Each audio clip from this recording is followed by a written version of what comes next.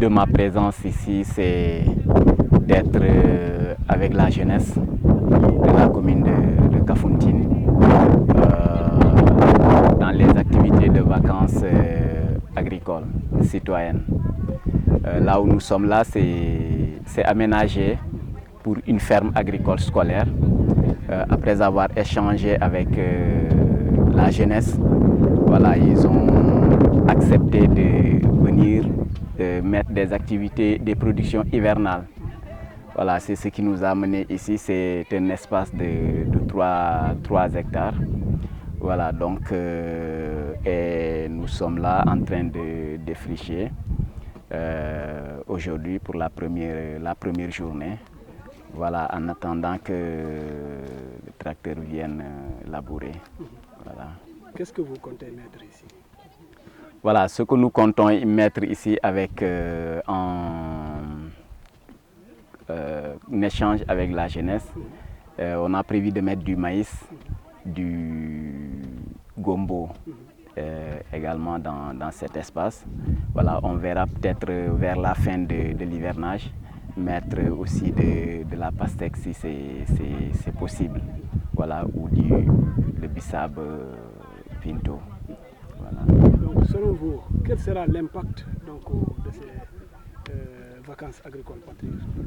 Ouais, l'impact il est énorme parce que l'ambition c'est en tout cas de cette initiative qui ne date pas d'aujourd'hui, ce n'est pas de faire des activités circonstancielles, mais c'est de susciter des vocations,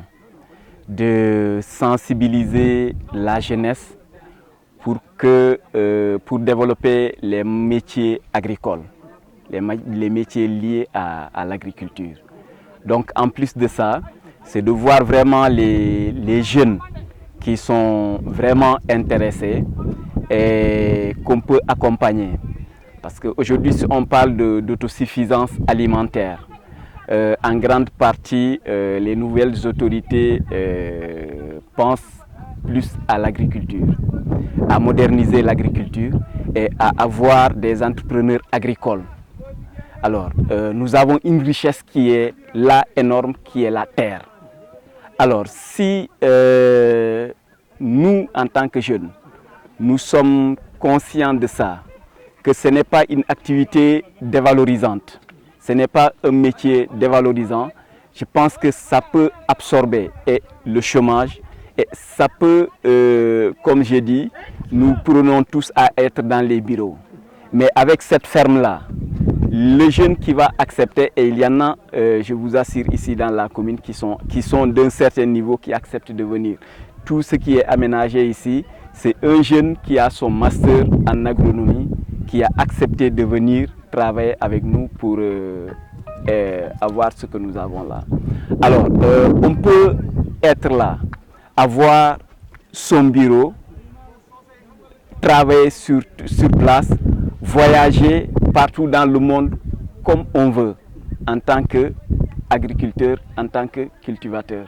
Voilà, donc je pense que l'ambition c'est d'arriver à ce niveau. Donc là, ce sont des activités de vacances qu'on va combiner avec le football. Tout le monde accepte aujourd'hui, même avec les acteurs du Navétane, que c'est une force positive énorme que la jeunesse déploie durant les Navétanes. Mais en termes de rendement, on a vu que c'est le football seulement. Alors aujourd'hui, comment combiner l'activité du football avec des actions citoyennes, des actions de développement? Tout ça, ça demande une sensibilisation, ça demande une communication, ça demande une prise de conscience avec la jeunesse. Alors c'est un travail qui ne sera pas facile parce qu'on sait que le football prend énormément d'énergie et de temps pour la jeunesse, mais en voyant aujourd'hui ça, on pense qu'avec un peu d'effort, les jeunes parviendront à combiner le football, le mouvement Navétane et les actions citoyennes. Ici, c'est dans le domaine de l'agriculture, mais il y a d'autres activités citoyennes que les gens peuvent faire. que ce soit dans le domaine de la santé, que ce soit dans le domaine de l'éducation. Tout ça, c'est des actions vraiment qu'on peut mener durant ces vacances pour que ça soit des vacances. On va essayer de joindre l'utile à l'agréable, comme on le dit. Voilà, on va se divertir, mais en se divertissant également, on produit pour la communauté, pour la localité. Voilà, c'est pourquoi vraiment je remercie la jeunesse et je les encourage vraiment dans cette belle initiative. Voilà. Donc, actuellement, nous sommes dans le village de Colomba. Donc, quel est le message aussi que vous allez lancer à l'endroit de la population? Voilà, nous sommes ici dans le village de Colomba, dans la ferme de Colomba. Le message, c'est d'encore appeler à la mobilisation sociale pour matérialiser cela. Ce n'est pour personne. Ce n'est pour le maire, ce n'est pour le chef de village, ce n'est pour le directeur d'école ou les délégués de quartier, ou ce n'est pas pour le président de la jeunesse, mais c'est pour toute la communauté. Voilà, donc je pense que si on a cet esprit, chacun pourra, comme il peut, apporter sa modeste contribution. Comme vous êtes là en train d'apporter votre contribution, en vulgarisant ce que nous sommes en train de faire. Quelqu'un peut, peut-être c'est un sachet d'eau qu'il ou qu'elle peut amener, il amène. D'autres, voilà, donc que chacun vraiment essaie d'apporter sa petite touche. Je pense que si on le fait, le résultat, ça sera un résultat global partagé. Vous avez évoqué l'aspect ferme agricole scolaire. Quel est l'impact, selon vous, de cette ferme sur le plan scolaire? Oui, la vocation de ces fermes agricoles scolaires-là, c'est une vocation économique. Ce qui est prévu, tout ce qui sera produit dans cette ferme-là, le rendement sera en tout cas versé pour le fonctionnement de l'éducation dans la commune de Kafountine.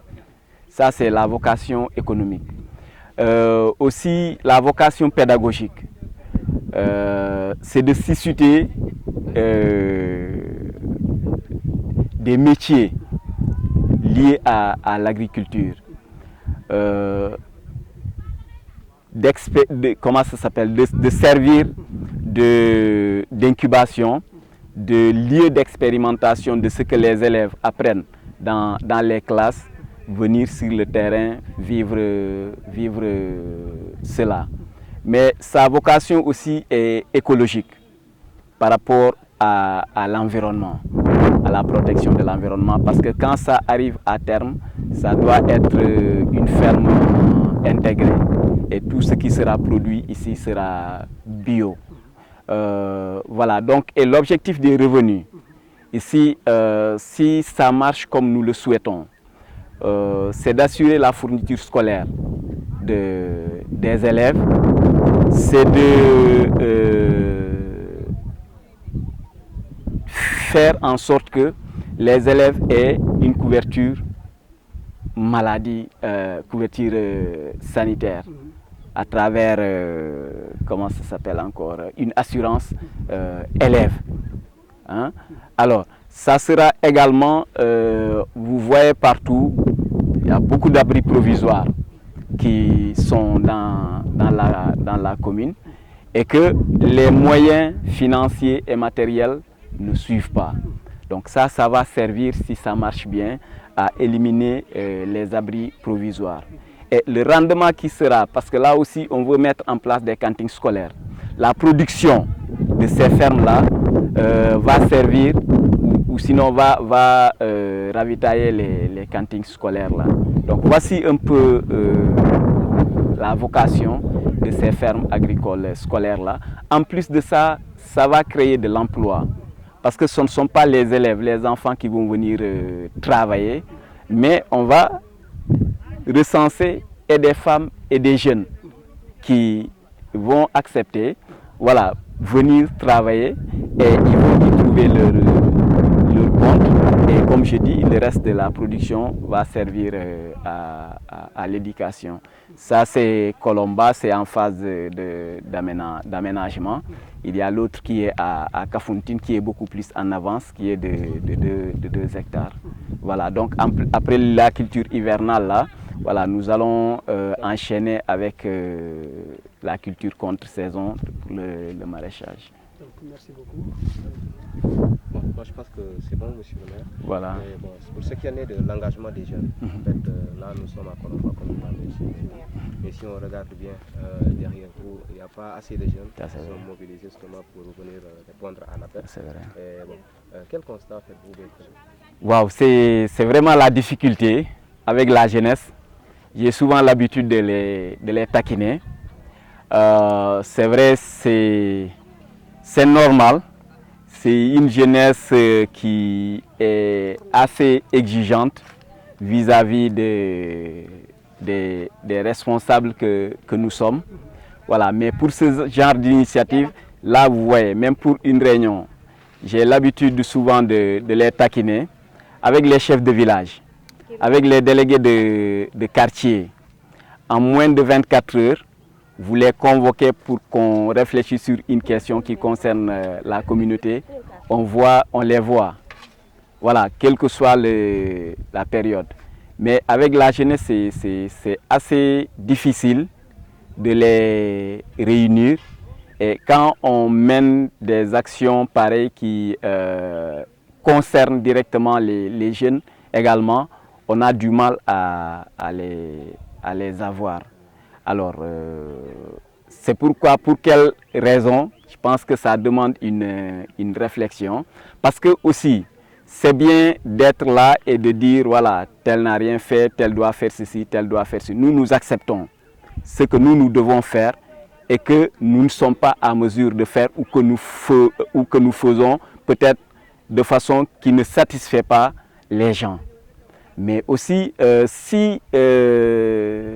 chacun vient, joue sa partition, là ça va être beaucoup plus à l'aise effectivement de dire que voici ce que nous avons fait, voici votre part de responsabilité que vous n'avez pas assumée.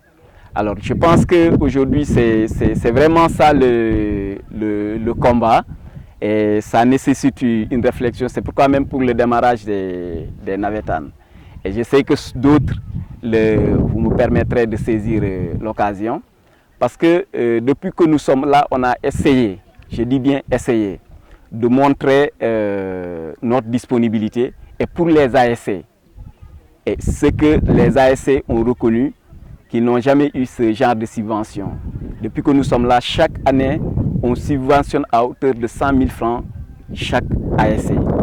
La finale également, on essaye de contribuer pour l'organisation. On l'a fait pendant cette année-ci. Et avant ça, j'avais déjà entamé l'année. Je les ai dit, maintenant, tout ça c'est bien. Maintenant, on va aller vers un accord de partenariat. En plus des navétanes, chaque ASC qui va me proposer ne serait-ce qu'une activité d'action citoyenne, on la donne sa subvention. Chaque ASC qui ne respecte pas cela ne pourra pas bénéficier de la subvention. Je sais que c'est une mesure assez...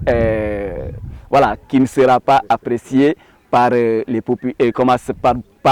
peut-être la plupart de la jeunesse. Mais il faut qu'on aille vers ça. Il faut qu'on accepte de repenser, de réfléchir sur les actions, comment ça s'appelle, les navétanes. Tu vois, la violence est une préoccupation pour tous. Hein? Alors, au lieu que ça soit un facteur qui unit et tout ça, c'est pourquoi je dis que il faut qu'on essaye de joindre l'utile à l'agréable. Les navétanes, c'est une force, comme je dis, c'est une force positive de la jeunesse. Maintenant, si les gens acceptent de prendre un peu de leur temps pour qu'on réfléchisse sur les questions de la jeunesse et qu'on voit qui doit faire quoi, à quel moment, je pense que les critiques ne vont pas manquer, les manquements les insuffisances seront toujours là, mais au moins on fera un pas. Voilà, donc voici un peu, comme vous l'avez constaté vous-même, quand je suis venu, j'ai fait le même constat. Voilà, mais il va falloir aussi qu'on essaye de nous parler entre jeunes. Voilà, et je vous le dis, par exemple, l'année passée, la ferme de Kafountine, on a invité les ASC, mais on n'a jamais eu une ASC qui est allée. On était obligé de payer des gens pour qu'ils aillent travailler au niveau de la ferme. Voilà, donc, c'est pourquoi il est bien de faire des sensibilisations, comme vous l'aviez si bien dit. Donc, pour que le message puisse passer, non, je pense qu'il est important que vous puissiez revenir un tout petit peu en langue locale. Oui. Et de préférence peut-être en Wolof. Voilà, d'accord. Donc, monsieur le maire, nous l'avons donc, nous sommes justement sur le village de Colomba. Donc, nous sommes parce que nous sommes déplacés. Nous sommes parce que nous avons des autorités comme des maires, nous faisons ci tool. Ñu fekk la ci benn tool fii nii ci Colomba li xew exactement. waaw li xew fii nii mooy jéem a jëmmal vacances agricoles yi fii ci commune Kafountine fii ñu nekk nii nag tool bi ferme agricole scolaire la bi nga xam ne projet commune bi la pour def fi ferme agricole scolaire bi ñu waxtaanee ak jeunes yi. Alors ñu d'accord ne dañuy boole suñu doole ñoom ñu ñëw ci vacances agricoles citoyennes yi ñu ñëw ñu bokk bay ferme bi donc loolu moo waral tey ñu ñëw tey la ñu tàmbale pour défricher moom moo waral suñu teewaay fii ci Colomba. Fii ci Colomba moo waral justement teewaay monsieur le maire et son équipe donc di gën a puusaat toujours ci question yi parce que tey bu ñu tool la ñu nekk mun nañu ne ni ki appel du président de la République mooy vacances justement bu desee jéem xool nan la ñuy tabee lu ñu naan autosuffisance alimentaire donc lu ci gën a bëri Sénégal ceeb la ñuy dee di bay waaye tey ci tool la ñu nekk lan lañ ci fas yéene def. waaw fii bëgg nañ fi bay comment ça s'appelle encore mbokk bëgg nañ fi bay aussi kanja donc bu nawet bi demee ba ay weeru septembre ni bëgg nañ fi bay aussi xaal donc activités yi spéculation yi la ñu bëgg a def fii ci hivernage bi voilà bu hivernage bi jeexee ñu continuer ak maraîchage bi. gis nañ ni fii Kafountine mbokk xaal wala kanja doon na li indi revenu bu bëri donc lan mooy doon jeexital. voilà donc effectivement gis nañ ne loolu yëpp muy légumes yeeg yooyu noonu yëpp lu ci bari dañ koy jëlee feneen ñëw jaay ko fii alors que fii suuf si nangu na mën nañ fi bay lu doy population bi ba ñu koy génnee di ko jaay feneen aussi donc loolu lañ tendance boobu lañ bëgg a renverser parce que le fait que mënuñu ko fi am moo tax boo demee marché lépp a cher parce que boo feneen lañ koy jëlee ak transport ak lépp dafay cher donc tendance boobu lañ bëgg a renverser pour que ñuy bay fi lu doy loo xam ne bu baree ba bari njëg li dina wàññeeku nit ñi dinañ ko mën a consommer ñiy jaay aussi bu ñu fi jaayee bu jeexul fii tamit ñu mën ko yóbbu feneen.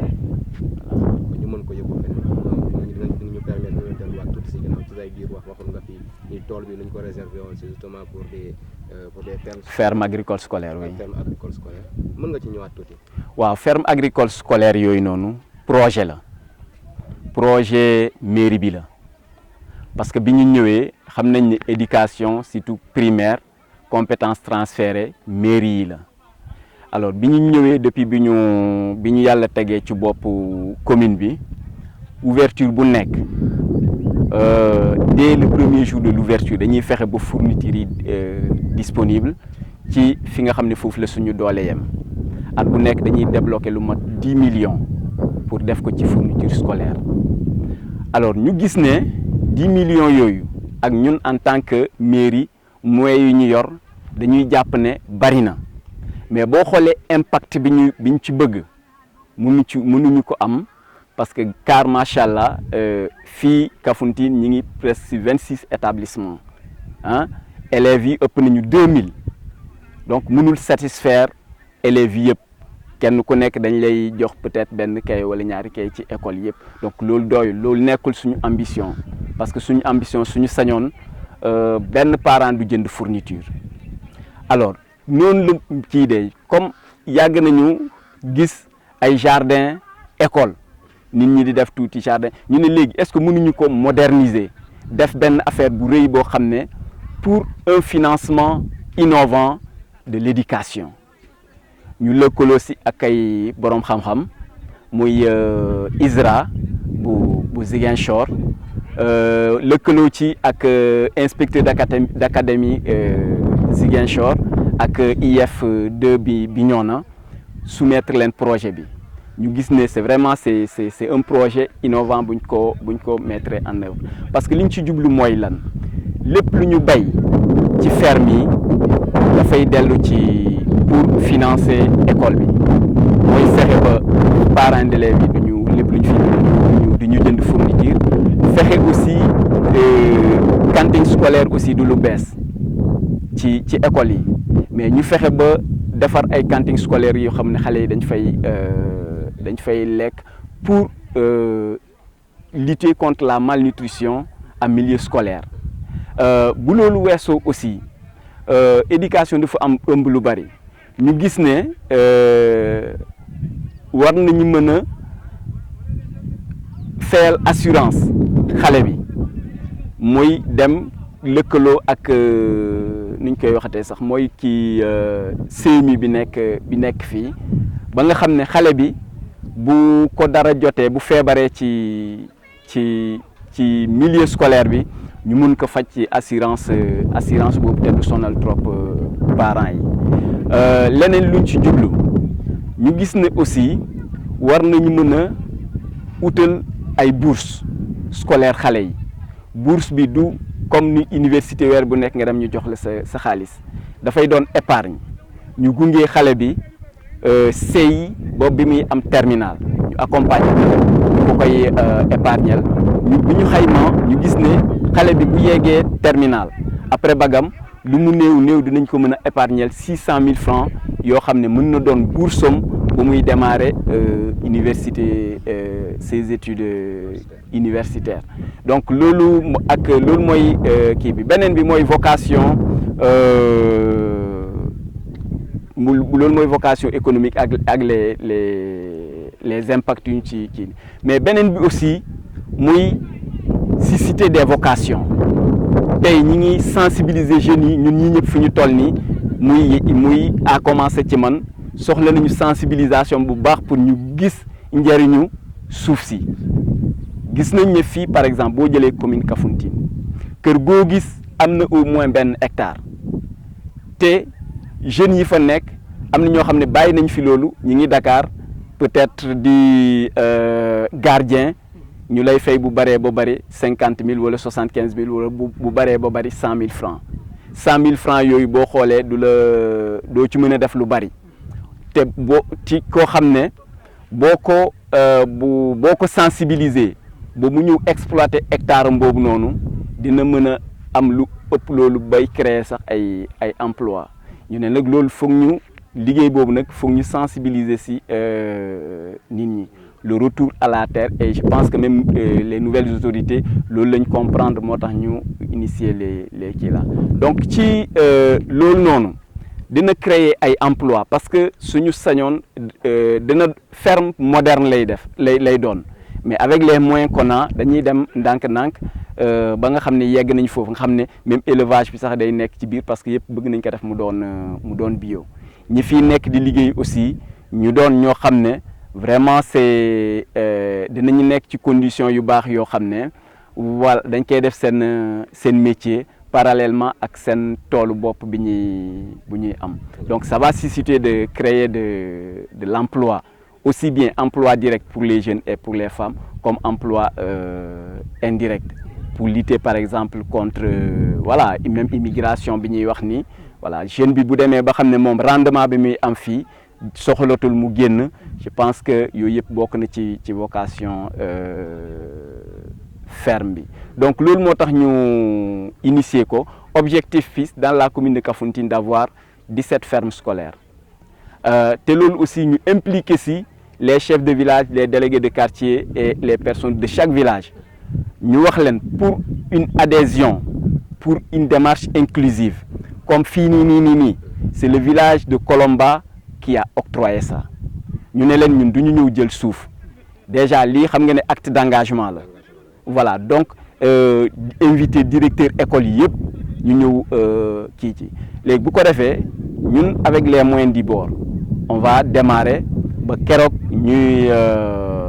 am peut-être des partenaires qui vont ñu ci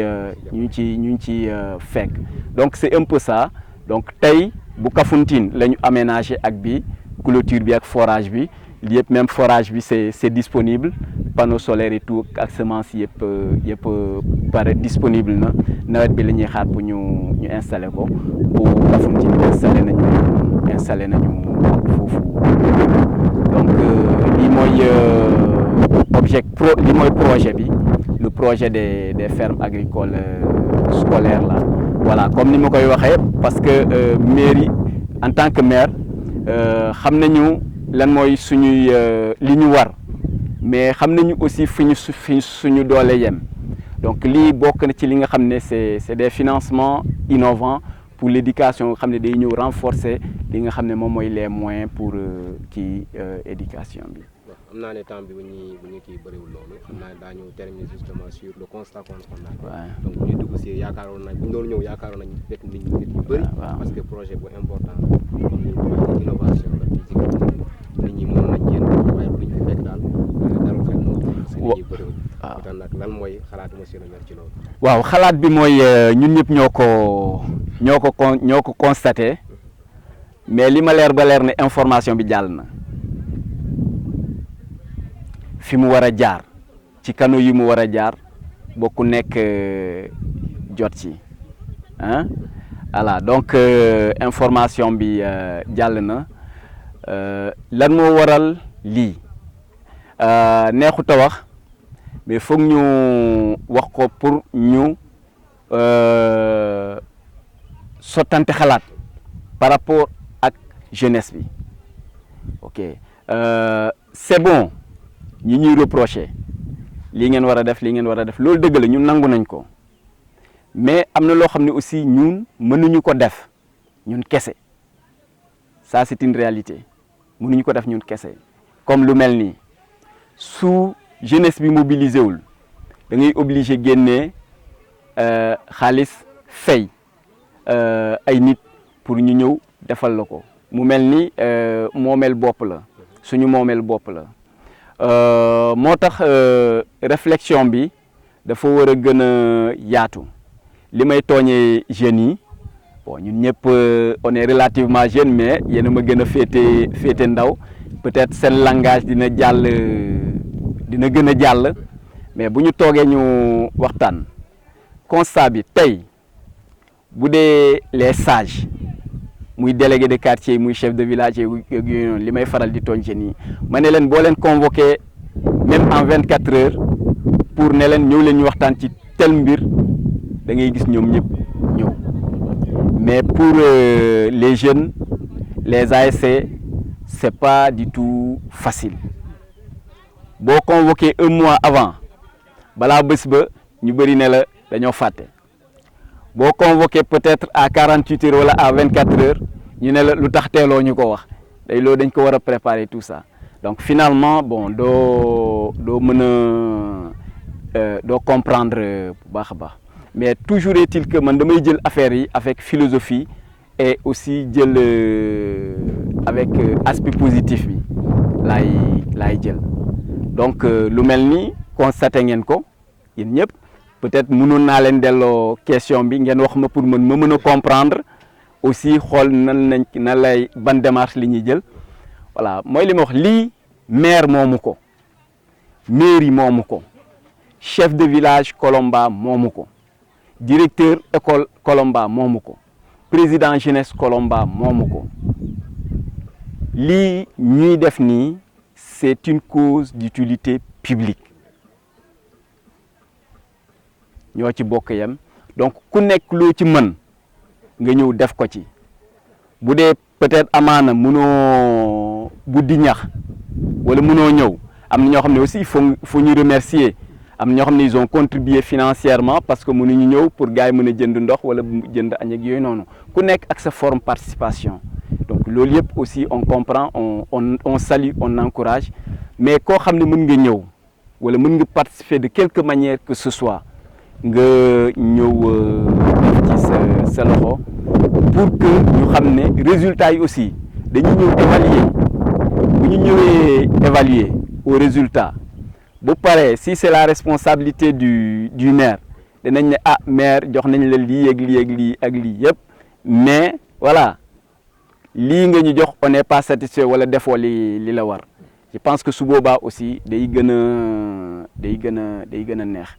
mais je pense que mënoon nañu ëpp fii fuuf voilà xam ne en moins d'une demi-journée ñu mais ba léegi découragé wu ma voilà je lance encore un appel et aussi c'est pas politique lii du parti PASTEF lii du politique du parti PASTEF xam ne tu te dis que voilà lii affaire politique la man bokkuma wala kii du ma ci dem vraiment maa ngi encouragé ñi di sensibiliser ne leen lii du affaire politique voilà même bu dee politique la politique de développement la donc ku nekk am na ci wàllam bu réussir day doon ndamu ñëpp bu échecé tamit maire day endossé rek nangu ne kii yam la nu mu tëj sax manquement am la comme ni jeunesse bi nu mu tëj sax bu mobilisation bi desee man damay jàpp ne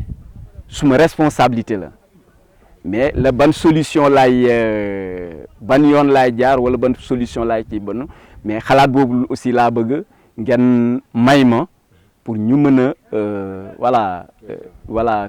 xëcc jeunesse bi ñu ñëw jàpp ne vraiment lii activité jeunesse bi la quoi donc maa ngi leen di gërëm et aussi bu me permettez voilà concernant ASC yi loolu aussi ngeen jàpp ci waxtaan bi xaw ma ndax démarche bi bu baaxul ngeen wax ma baaxul ma teg ci suuf ñu continuer ni ñu doon def autant bu dee aussi vraiment kii bu baax la man pour man vraiment nawetaan bu ñu ñëwee yem ci football bi taper ballon mobiliser toutes les ressources humaines financières du quartier du village ku nekk investir juste pour ça man bokk naa ci ñu gëm ne war nañu mën a réorienter doole boobu war nañ gën a mën a orienter doole boobu parce que bu yàggee gâchis lay doon boo ko waxee ça va vexer certains jeunes yàpp ne tu as parlé mal et tout ça mais suñu parents ñi ñu koy wax kenn jeune bu nekk sa waajur mi ngi la koy wax sa biir kër donc tey man su ma ko waxee c'est pas insulter la jeunesse c'est pas aussi voilà ut lu leen naqari mais il faut qu'on ose aussi dire les choses telles qu'elles sont man d'accord naa ñu rappeler ma wala ñu critiquer ma ci loo xam ne war naa ko defuma ko mais loo xam ne aussi kenn ku nekk cërëm la mu doxal ko dooree ko ci quartier am ba ci village bi ba sur toute la commune parce que man gëm naa benn affaire tey bu amee ñett ñu ne bëgg nañu commune bi ba commune bi jaral leen lu nekk man sañ naa yëkkati suma loxo ne bokk naa ci kenn ku nekk aussi war a def loolu donc lépp loo xam ne defuñu ko rek pas parce que volonté bi neew fii wala ambition bi neew fii mais peut-être doole bi moo fi nekkul donc bu ñu boole ñun ñëpp suñu doole et puis voilà bu jeexee après continuité la ah ñun on est là pour un temps bien précis bien déterminé voilà mu baax mu bañ a baax on est là pour un temps bien déterminé on va partir keneen ñu aussi jéem voilà man loolu mooy suma philosophie loolu laa gëm je termine par vous encourager wax naa la ko léegi en off gis naa temps yi Cap Vision voilà ma gis ne initiative bu rafet la voilà ma commencé déjà suivre seen émission yi li ci dëkk bi voilà xam nga ñun maire yoon un peu mais je suis vraiment très à l'aise voilà ça nous permet vraiment effectivement ñu xam ci li nekk ci dëkk bi aussi ñu am courage honnêteté wax li nga xam ne voilà moom looy si suñu responsabilité fu ñu mën ak lu ñu mënul donc parallèlement à ça man initiative bi d'abord man je salue l'initiative maa ngi leen di encourager bu baax a baax voilà yéen a ngi def avec les moyens du bord mais lii aussi mooy seen partition voilà mu bañ a yem ci Kafountine même c'est un début man je souhaite vraiment que obédience bi raw dimension Kafountine bi te mën na nekk parce que je connais un peu seen kii voilà xam naa ne mën na nekk voilà il faut de persévérance de patience beaucoup de courage voilà donc et pour ça vraiment vous pouvez compter sur mon soutien voilà je suis vraiment très à l'aise si li ngeen di def voilà et lépp lu ñu wax jëmale ci man du ma ko jàppee critique man damay jàpp ne rek voilà ça permet de ñu gën a daf ñuy ñaax voilà peut-être li ñuy invité mooy ñi koy wax aussi ñu wax ko ni mu gën a rafetee